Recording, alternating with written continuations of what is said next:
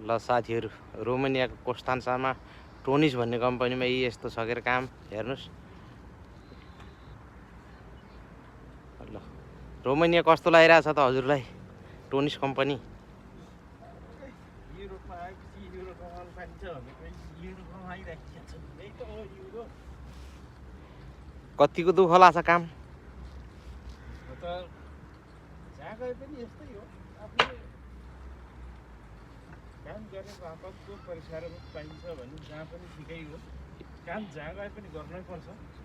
या त आफ्नो सिप हुनु पर्यो धेरै पैसाको सक्नको लागि, नत्र त्यस्तै हो।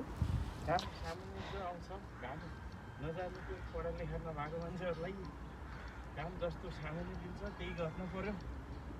मैले अब घरतिरबाट युरोपमा गएको छ, युरोपतिर गएको धेरै पैसा कमाएको छ, ठुलो भयो भन्ने साथीहरूलाई ठिकै छ। मेरो हामीले युरोपमा आएर कसरी काम कमाउनु पर्छ, यस्तो काम गरेर समय नमिल्ने अब हुँदैन।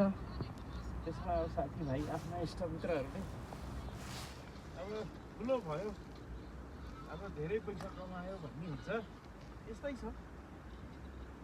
अनि यो रोमानिया हाम्रोतिर त कोदालीले खन्छन्, यसलाई के भन्छन् त रोमानियामा यो खन्ने कुरालाई? अब तपाईँको यसमा अहिले यो खन्नु यसलाई काजमा भन्छ है। बेल्चा जस्तै हो तर बेल्चा अर्को छ।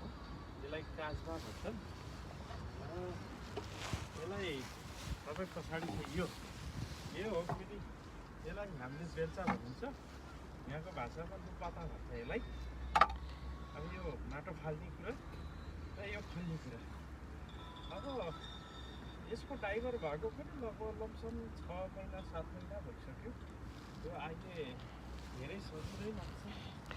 मेरो रोजीरोटी कमाउने साधन नै यही हो अहिले। यसको लाइसेन्स छ छैन हजुरसँग? अहिले बन्यो अब इन्टरनेसनल लाइसेन्स गर्ने भन्नु। ल अरू अब नयाँ आउने भाइ बहिनीहरूलाई अब युरोप भन्नेहरूलाई के भन्न चाहनुहुन्छ? युरोपमा जो पनि आउन चाहनुहुन्छ नयाँ मान्छेहरू, नयाँ भाइ बहिनीहरू, साथीभाइहरू, दाजुभाइ दिदीबहिनीहरू जो पनि आउन चाहनुहुन्छ, पढा लेखेर मात्रै पनि हुँदैन, हातमा काम सिक्नु होला। त्यसैले यो घमण्ड नगर्नुहोस्। +2 क्लियर गर्ने बित्तिकै युरोप जान्छु, युरोप आएपछि मेरो काम हुन्छ यस्तो यस्तो। तपाईँहरू यहाँ आएपछि काम अनिवार्य हुन्छ। सिप सिकेर आउनुहोस्। सबैभन्दा